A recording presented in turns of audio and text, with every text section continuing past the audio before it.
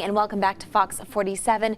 This morning we're talking to Brendan Drywer. Thank you so much for joining us this morning. Absolutely. Representing Lansing and coming on the show to talk about be a tourist in your own city. I love this idea. So neat. A lot of times people don't even know what's going on in their own backyards. You're right.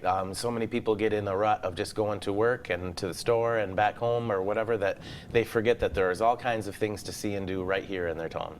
Absolutely. So how does this all work? We pick up these passport books, which you were showing me a little bit earlier. That's right. And you're able to make different stops at different businesses. What kind of deals are going on? That's right. Well, for your $1 Greater Lansing passport, you gain access to over 80 different local attractions, hot spots, different things like that. And those include everything from actual businesses to green spaces, museums, galleries, what have you. And they all have different things going on that day. Right. And you mentioned to me during the break, we were talking a little bit, Potter Park Zoo. That's a great deal for families who would normally have to pay admission to the Potter Park Zoo, can get there with their passport for $1. That's a huge deal for a lot of families. Absolutely. There are quite a few attractions in the book that typically have an admission charge that with your passport you get in free. So that's Impression 5, the zoo, like you said, and several others. So it's really a great value for families. And not just stops, but eats too. You guys have got some restaurants in there, and even for the adults, some really neat nightlife stops. There are. We're really happy to announce there are over 10 different distilleries, wineries, and breweries on the tour this year.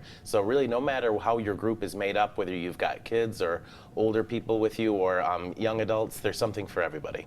Absolutely. Thank you so much for coming on the show this morning. And for everyone at home, for more information to find your passports, visit lansing.org.